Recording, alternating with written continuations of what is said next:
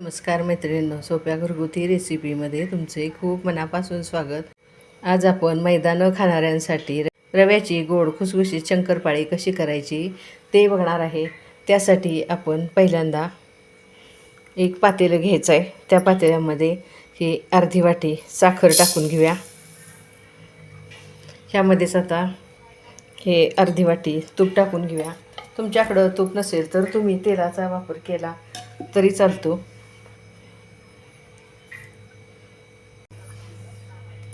आणि ह्यामध्ये ह्याच वाटीनं अर्धी वाटी पाणी टाकून घेऊया. आणि हे मिश्रण आता आपण गॅसवर ठेवून घ्यायचं आहे.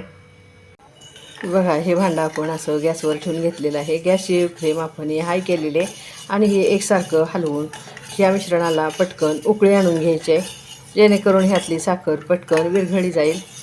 ही जर तुम्ही स्लो गॅसवर करत बसला, साखर विरघळायला वेळ लागला तर ह्या साखरेचा पाक होण्याची शक्यता असते.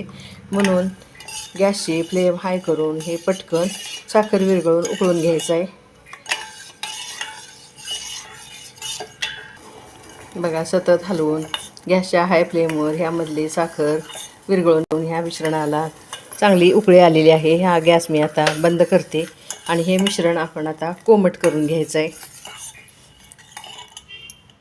बघा, हे मिश्रण आता चांगलं कोमट झालेलं आहे. आता हे शंकरपाळीचं पीठ आपण मळून घेऊया.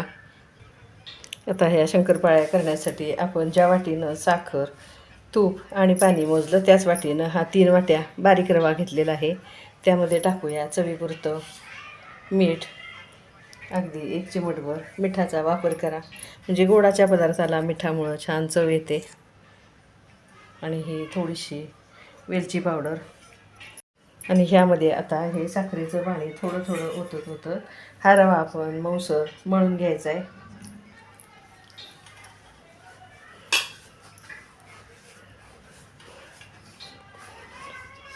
सगळ्या रव्याला हे मिश्रण असं चोळत चोळत मळून घ्या.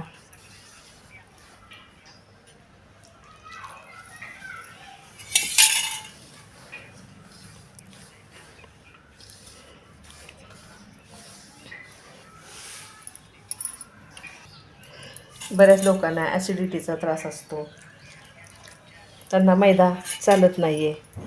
हाय बी पीवाल्यांना पण शक्यतो मैदा खाऊ नका म्हणून सांगितलं जातं. अशा वेळी शंकरपाळ्या कशाच्या करायच्या हा प्रश्न पडतो. म्हणून आपण या आज रव्याच्या खुसखुशीत गोड शंकरपाळ्या करणार आहोत.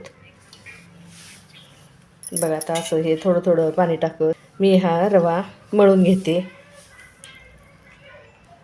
बघा, हा गोळा कसा छान मळून झालेला आहे. हा आता अर्ध्या तासासाठी आपण असा झाकून ठेवूया. बघूया, आता अर्धा तास झालेला आहे. बघा, हे पीठ आपलं कसं छान तयार झालं आहे. ह्याला थोडासा तेलाचा हात लावून घेऊन एकसारखं करून घेऊया. आणि ह्या पिठाचे चपातीच्या गोळ्याप्रमाणे गोळे करून घ्यायचे आहेत.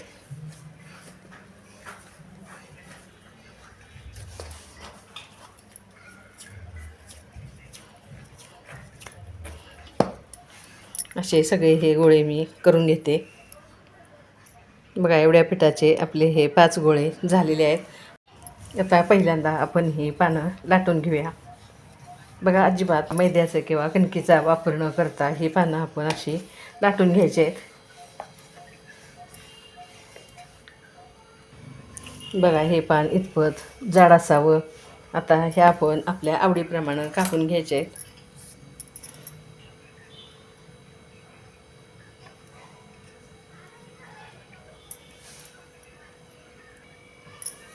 हे आता एका बाजूनं कापून झाल्यानंतर हे आता मी दुसरी बाजू अशी कापून घेते. हे आम्ही चौकोनी करून घेणार आहे.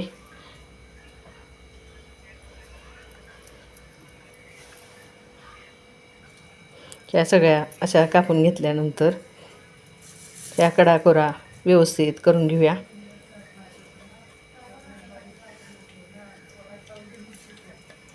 गॅसवर तेल मी गरम करत ठेवलेलंच आहे. तेल गरम झालं की आपण ह्या सगळ्या शंकरपाळ्या तळून घेऊया.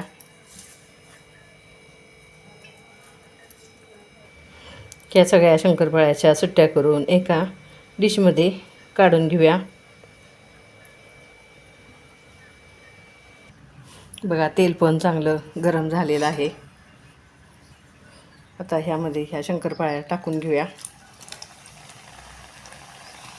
एका वेळेस एका पानाच्या सगळ्या ह्यामध्ये टाकून घेतल्या तरी चालतात. गॅसची फ्लेम मी ही लो करून घेतली.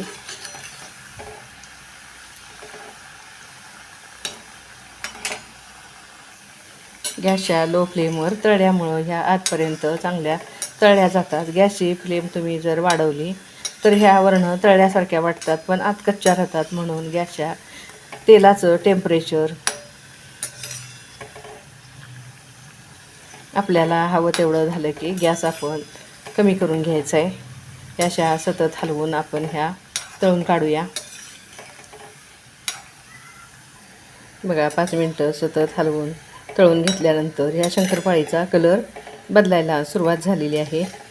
तेलाचे बुडबुडे कमी झाले की हे आपण पटकन काढून घ्यायचे, कारण ही जर लाल होईपर्यंत आपण अशीच कढईमध्ये तळत राहिलो तर ती करपते. म्हणून तेलाचे बुडबुडे थोडे थोडे कमी झाले की काढून घ्यायचे आहे, कारण शंकरपाळी तळून झाल्यानंतर ही शंकरपाळीचा कलर बदलतो. आता ही आपण काढून घेऊया. अशी निथळून चांगली व्यवस्थित काढून घ्या.